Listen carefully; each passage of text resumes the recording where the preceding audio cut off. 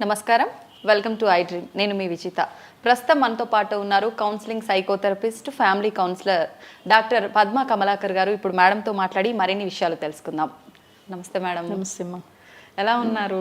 బాగున్నాను, మీరు ఎలా ఉన్నారు? బాగున్నాను మ్యామ్. నేను కూడా మ్యామ్, ఈరోజు నేను ఒక మంచి టాపిక్ చేద్దాం అనుకుంటున్నా, మీతో డిస్కస్ చేద్దాం అనుకుంటున్నా. ఏంటంటే జెలస్. ప్రతి ఒక్కరిలో ఉంటుంది, కానీ ఏ సందర్భంలో బయటపడాలో ఆ సందర్భంలో పడుతుంది. దీనివల్ల చాలా మంది మధ్య గొడవలు కూడా వచ్చే అవకాశం ఉంటుంది.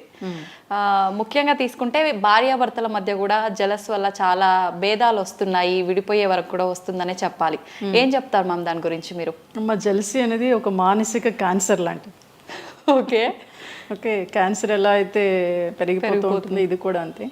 అంటే జెలసీ అనేది ఎందుకు స్టార్ట్ అవుతుంది ఏంటనేది మీకు చెప్పే ముందు నా దగ్గరికి వచ్చిన ఒక స్టోరీ కేసు. నిజంగా అమ్మాయికి పెళ్ళయింది, చాలా హ్యాపీగా, మంచి అబ్బాయి, చాలా బాగా చూసుకుంటాడు. కానీ ఆ అమ్మాయి ఎప్పుడు ఈ అమ్మాయిలో జెలసీ బయటపడింది అంటే ఆ హస్బెండ్ వాళ్ళ సిస్టర్ మ్యారేజ్ సెట్ అయింది. సెట్ అయిన దగ్గర నుంచి ఇంకా ప్రతిదానికి అదిగో మీ సిస్టర్కి అది కొనేస్తున్నావు, నాకు కొనలేదు అప్పుడు, నువ్వు నాకు అలా చేయలేదు, నువ్వు నాకు ఇది కొంటేనే నేను వస్తాను, నాకు ఇది చేస్తేనే నేను వస్తాను అని. ఆఖరికి మ్యారేజ్ రోజు కూడా నాకు నా వడ్డాణం కొంటేనే నేను పెళ్ళికి వస్తాను అయ్యా, కానీ కొనేసాడు. ఓకే, కొన్నాడు. ప్లస్ మళ్ళీ ఆ అమ్మాయికి మేకప్ ఒక అమ్మాయిని తీసుకొస్తే నాకు ఇది వద్దు, నాకు చాలా హైలో ఉన్న అమ్మాయి కావాలని అది తెచ్చుకుని సరే అనేసి వదిలేశాడు, అన్నీ చేశాడు. కానీ ఇంతకీ ఎంత చెప్పినా ఏం చెప్పినా కానీ ఆఖరికి పాపం ఆ అబ్బాయి పైసా ఒక్కటి ఖర్చు పెట్టలా. ఓకే, వాళ్ళ పేరెంట్ అంటే ఫాదర్ చనిపోవడంతో పాపం ఒక బ్రదర్గా తను చేయాలి కాబట్టి వాళ్ళ ఫాదర్ ఏం చేశాడు, ఆ అమ్మాయి పేరుని కొంత డబ్బు పెట్టాడు, ఆ డబ్బునే ఖర్చు పెట్టాడు. జస్ట్ ఈయన బాధ్యత నిర్వర్తించుకున్నారు. కానీ అది కూడా యాక్సెప్ట్ చేయలేదు అమ్మాయి. యాక్సెప్ట్ చేయక ఏమైందంటే చివరికి ఇయర్స్ వెళ్ళిపోవాలి, నేను రాను, నా పెళ్ళి నువ్వు ఇలా చేయలేదు, నేను అప్పటికే అడిగాను, నువ్వు చేయలేదు అని చెప్పేసి ఆ అబ్బాయితో వెళ్ళాలి. మా అబ్బాయి ఫోన్ చేసి గొడవ, ఏడుపు. నేను అప్పుడు ఒకసారి రానన్న మాట్లాడు అంటే అప్పుడు వస్తే చెప్పాడు. అంటే నేను ఆ అమ్మాయి చిన్నప్పటి నుంచి ఎలా పెరిగిందంటే ఇద్దరు బ్రదర్స్ మధ్యన పెరిగింది. కానీ వాళ్ళ పేరెంట్స్ ఏం చేసేవారంటే ఈ అమ్మాయిని ఎక్కువగా అంటే డిగ్రేడ్ చేస్తూ చేసేవారు. వాళ్ళ బ్రదర్స్ ఇద్దరిని బాగా మెచ్చుకోవడం కానీ అది చేసేవారు. ఎప్పుడైతే పెళ్ళయిందో నా హస్బెండ్ నా వ్యక్తి అనే పొసెసివ్నెస్ ఎక్కువ పెట్టేసుకొని ఇంకెవరిని చూడకూడదు, నన్నే చూడాలి అనే వేలోకి వెళ్ళిపోయింది. బట్ అలాగే చూసేవాడు. కానీ ఎప్పుడైతే వాళ్ళ సిస్టర్ మ్యారేజ్ సెట్ అయిందో అప్పటి నుంచి ఈ అమ్మాయిలో ఇంకా జెలసీ పెరిగిపోయింది. పెరిగిపోయి ఎలా అయిపోయిందంటే డివోర్స్ వరకు వెళ్ళిపోయింది. కానీ నష్టపోయేది ఎవరు ఇక్కడ? అసలు అంత బాగా చూసే అబ్బాయి మళ్ళీ దొరుకుతాడా? లేదు. పేరెంట్స్ కూడా ఏం మాట్లాడరు. అంటే ఇవన్నీ ఎలా ఉంటాయంటే చూడడానికి చాలా సిల్లీగా ఉంటాయి. ఇంకొక అమ్మాయి ఏమైందంటే అమ్మాయికి మ్యారేజ్ అయిపోయింది. మ్యారేజ్ అయిపోయిన 3 monthsకి ఈ అబ్బాయికి ఏంటంటే ఒక మ్యాచ్ వచ్చి వాళ్ళు ఎంగేజ్మెంట్ చేసుకుందనే లోపల వాళ్ళు వెళ్ళిపోయారు. అదిగో వాళ్ళు ఎందుకు వెళ్ళిపోయారు, నాకు ఎందుకు చెప్పలేదు అంటే వీళ్ళు బిఫోర్ మ్యారేజ్ వీళ్ళకి చెప్పలేదు అని చెప్పి అప్పటికి పాపం మీ అబ్బాయి అన్నాడంట వాళ్ళకి చెప్పేసేయంటే వాళ్ళ పేరెంట్స్కి చెప్పారు, ఈ అమ్మాయికి చెప్పాల.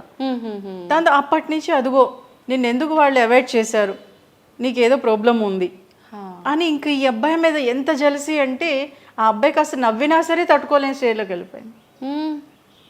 దాంతో ఇంక అసలు వాళ్ళ ఫాదర్ ఏంటి మాకు ఈ అబ్బాయి అవసరం లేదంటే ఎక్కడో విన్నాడట ఇలాగ ఉన్న అబ్బాయిలు సరిగ్గా చూడరు అని. అదే నేనంట కొన్ని విషయాలు అంటే ఎవరు చెప్తున్నారు ఏంటి అది ఎంతవరకు తీసుకోవాలని కూడా అబ్జర్వ్ చేసుకోగలరు. ఖచ్చితంగా ఇది చాలా ఇంపార్టెంట్. కానీ అది చాలా మంది చేయరు. అవును. ఇక్కడ దీనివల్ల ఏమవుతుందంటే డివోర్స్కి వెళ్ళిపోతున్నారు ఈ జెలసీ వల్ల. బట్ జెలసీ అనేది ఒక అడవిలో కారుచిచ్చు లాంటిదే, అంతే అంటకపోతుంది, అంతే నాశనం చేసేయాలి తప్పించి దాన్ని బయటికి రావడం ఉండదు. కానీ మనుషుల్లో అది ఉంది. అంటే ఎలా ఉంటుందంటే ఒక పెళ్ళి అయిన తర్వాత అంటే వైఫ్లో కానీ హస్బెండ్లో కానీ కొన్ని ప్రాబ్లమ్స్ ఉంటాయి. అవును. ఓకే, ఉన్నప్పుడు చాలా మంది ఏం చేస్తారంటే పోల్చుకుంటారు. మా హస్బెండ్ ఇలా ఉన్నాడు, అలా లేడు, ఈ అమ్మాయి అయితే వాళ్ళకిలా ఉంటే బాగుండు అనే ఫీలింగ్. అంటే జెంట్స్లో కూడా ఇలా వచ్చిన వాళ్ళు ఉన్నారు. మా ఆవిడ సరిగ్గా ఉండదండి, ఎంజాయ్ చేయదు మాతోటి అని చెప్తుంటారు. దానికి తగిన విధంగా వీళ్ళు ఏం చేస్తున్నారు అనేది ఆలోచించుకోగలరు. బట్ ఏంటంటే ఇక్కడ ఒకటే చెప్తా, దీనికి ఒక స్టోరీ కూడా ఉంది, కాకి స్టోరీ. ఎందుకంటే కాకి ఎప్పుడు అనుకోవచ్చు నాకు అందరూ ఎంగిలి మెతుకులు పడేస్తారు, అవే తినాలి నేను. అప్పుడే పాపం అది బాధపడుతూ ఉంటే చెట్టు మీద ఒక కోయిల కూస్తూ ఉంటుందట. అబ్బాయి ఎంత బాగా కూస్తుందో చూడు, అసలు నిజంగా దాని అదృష్టం అని కోయిల దగ్గరికి వెళ్తుంది.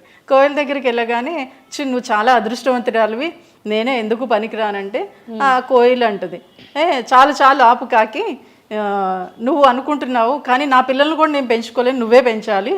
అలాగే వసంత ఋతువు వచ్చినప్పుడే నేను కూయగలుగుతాను, మామూలు అప్పుడు కూయలేను. కాబట్టి నాకన్నా గొప్ప అదృష్టవంతురాలు ఎవరంటే చిలుక. చిలుక దగ్గరికి పో అంటదట. సరే చిలుక దగ్గరికి వెళ్తే చిలుక నువ్వు ఎంతో అందగత్తివి, నిన్ను అందరూ అభిమానిస్తారు, ఇష్టపడతారు, నేను ఇంటికి కూడా తీసుకెళ్తారు, నన్ను ఎవరు చీపొమ్మంటారు అని అంటే అప్పుడు చిలుక అంటదంట, అమ్మ నా కోసం అందరూ కాచు కూర్చుంటారు, ఈ రంగు చూడగానే ఎప్పుడు బంధించి పట్టుకుపోదామని పంజరంలో బంధించేస్తారు, నాకు ఇంకే స్వేచ్ఛ ఉంది, నువ్వు హ్యాపీగా ఉంటావా అని అంటే నాకన్నా అందగత్తి నెమలి అంటదట. అది చాలా చక్కగా డాన్స్ చేయగలదు, అంత నాట్యగత మన పక్షుల్లో ఎవరు లేరంటే ఓ నిజమా అని చెప్పేసి అది అప్పుడే వర్షం పడుతూ ఉంటుంది, నాట్యం చేస్తూ ఉంటుంది, అసూయ పడుతుంది అన్నమాట కాకి. చిచ్చ నాకన్నా అందగత్తే ఇది, అసలు ఎంత బాగా డాన్స్ చేస్తుందని వెళ్ళి అడుగుతుంది, నెమలి నెమలి నీ అంత అదృష్టవంతురాలు మన పక్షి లోకంలో లేదు అని అంటే, నువ్వు అలా అనుకుంటున్నా, నా ఏకల కోసం అందరూ ఎప్పుడు పీకేద్దామని ఎదురు చూస్తూ ఉంటారు, అలాగే నా మాంసం ఎప్పుడు తిందామని చూస్తూ ఉంటారు, కాబట్టి నాకేముంది ఇదిగో ఇలా వర్షం పడితేనే నేను డాన్స్ చేయగలను, మామూలుగా అయితే చేయలేను కదా, కాబట్టి నాకంటే అదృష్టవంతులు ఎవరో తెలుసా నువ్వే, ఎందుకంటే నిన్ను ఎవడూ పట్టించుకోడు, నిన్ను ఎవరు పట్టుకుపోవాలని అనుకోరు, నువ్వు స్వేచ్ఛగా విహరించగలవు అని చెప్తుందంట. అప్పుడు ఆలోచిస్తుంది, నిజమే కదా వీళ్ళందరినీ చూసి నేను అసూయ పడ్డాను, నిజంగా అసూయ లేకుండా నేనే అదృష్టవంతురాలు కదా, నేను హ్యాపీగా స్వేచ్ఛగా ఎగరచ్చు అని వెళ్ళిపోతుందంట. సో కాబట్టి ఎవరిది వాళ్ళు, ఇక్కడ భార్య అయినా భర్త అయినా ఎలా ఉంటుందంటే, భర్త స్నానం ఇంకొకరికి వెళ్ళదుగా, భార్య స్థానం ఇంకొకరికి వెళ్ళదుగా, ఎవరి స్థానం వాళ్ళది. తన చెల్లికి చేసాడు తను, అది యాక్సెప్ట్ చెయ్యి. ఇప్పుడు అదే స్థానంలో నీ చెల్లి ఉంటే చెయ్యాలని ఫైట్ చేస్తాం ఖచ్చితంగా. కాబట్టి ఇక్కడ ఎలా ఉంటుందంటే ఎవరి స్థానం వాళ్ళది, నువ్వు ఎంత మందిలో ఉన్నా భార్య స్థానమే, నువ్వు ఎంత మందిలో ఉన్నా భర్త స్థానం. కాబట్టి నీ స్థానం నువ్వు అబ్జర్వ్ చేసుకో, ఎప్పుడైతే నీ స్థానం నువ్వు అబ్జర్వ్ చేసుకున్నావు కాకిలాగా స్వేచ్ఛగా ఎగరచ్చు. కానీ అది చాలా మంది పట్టించుకోరు. ఓకే, ఆ పోలిక అనేది ఉండకూడదు. ఓకే, ఎప్పుడు పోల్చుకుంటూ ఉంటాం, వాడు హస్బెండ్ చూడండి ఎంత బాగున్నాడు, వాడు హస్బెండ్ అన్ని కొంటున్నాడు నాకేం కొనట్లేదని. ఈ అసూయ అనేది చాలా, ఆ జెలసీ ఎలా ఉంటుందంటే మనిషిని, అది చెప్పాను కదా కారు చిచ్చులాగా అలాగ లోపల లోపల కాల్ చేస్తూ ఉంటుంది. ఎప్పుడైతే కాల్ చేస్తూ ఉంటుందో ఆటోమేటిక్గా మనకు తెలియకుండానే నెగిటివ్ పెరిగిపోతూ ఉంటుంది. అవును, ఆ పోలిక ఎప్పుడైతే చేసుకున్నామో అంటే నాకున్న దాంట్లో అరే నా హస్బెండ్ నాకు ఇదే, తనకి సంపాదిస్తున్నాడు, ఇదే తెచ్చిపెడుతున్నాడు అని అనుకోవాలిగా. అవును, అరే నాకు లేని దానికోసం వెంపర్లాడుతూ ఉంటే నాలో ఉన్న స్కిల్స్ చచ్చిపోతాయి, నేను ఎందుకు పనికి రాకుండా పోతాను అని చాలామందికి తెలియదు. ఎందుకంటే ఈ రోజుల్లో మహిళలు కానీ జెంట్స్ కానీ ఏదైనా చేయగలుగుతారు, సాధించగలుగుతారు. ఈ అసూయ వల్ల అది మెల్లగా తగ్గిపోతుంది. ఓకే, అలాగే అబ్సెషన్ ఏంటంటే పదే పదే ఆలోచిస్తూ ఉంటారు అదే ఆలోచన. ఎప్పుడైతే అలా ఆలోచిస్తూ ఉన్నారో వీళ్ళ స్కిల్స్ కూడా చచ్చిపోతాయి, నెగిటివ్గా. అవును, వాళ్ళు బాగున్నారు వీళ్ళు బాగున్నారు నేను బాగాలేదు అనుకుంటారు. సో కాబట్టి ఏంటంటే పోల్చుకోవద్దు, ఎక్కువగా నెగిటివ్గా థింక్ చేయొద్దు. ప్లస్ ఏంటంటే నీ హస్బెండ్ ఎలా ఉన్నాడు, నీ వైఫ్ ఎలా ఉందో నువ్వు యాక్సెప్ట్ చేయి. ఎవరు ఏ రకంగా ఉన్నారో అదే రకంగా ఎప్పుడైతే నిన్ను నువ్వు యాక్సెప్ట్ చేస్తావో అప్పుడు నువ్వు హ్యాపీగా ఉంటావు, నువ్వేమనుకున్నా అది చేయగలుగుతావు. ఎందుకంటే ఒక్కటే లైఫ్, ఆ ఉన్న ఒక్క లైఫ్ని హ్యాపీగా ఎంజాయ్ చేయాలంటే నువ్వేంటి, నువ్వెలా ఉన్నావు, నీ హస్బెండ్ ఎలా ఉన్నాడు, నీ వైఫ్ ఎలా ఉంది, నీకు నువ్వు అబ్జర్వ్ చేసుకుంటే ఈ ప్రపంచంలో మీ ఇద్దరికి మించిన వాళ్ళు ఎవరు ఉంటారు. సూపర్ మ్యామ్, అలా మీరు ఆలోచించుకుంటే హ్యాపీగా లైఫ్ లీడ్ చేయగలుగుతారు. అది మెయిన్. కొంచెం టైం కేటాయించి ఇద్దరు అనుకుని ఒక ప్లానింగ్ ప్రకారంగా ఎక్కువలు తక్కువలు లేకుండా అంతా నువ్వు నేను ఇద్దరం లేనిది ఏముంది అనే టైప్లో అనేది ఉండకూడదు. వైఫ్ అండ్ హస్బెండ్ మధ్యన ముందుకెళ్తున్న క్రమంలో ఆ ఈగో ఉంటే వాళ్ళు డామినేట్ చేసేస్తారు. ఎప్పుడైతే డామినేట్ చేశారో అదిగో నన్ను డామినేట్ చేస్తున్నాడు వీడు, అదిగో ఈవిడ నన్ను డామినేట్ చేస్తుంది అనేది డిస్టర్బెన్స్ పెరిగిపోయి ఇంకా యాసి అలా వెళ్ళిపోతుంది.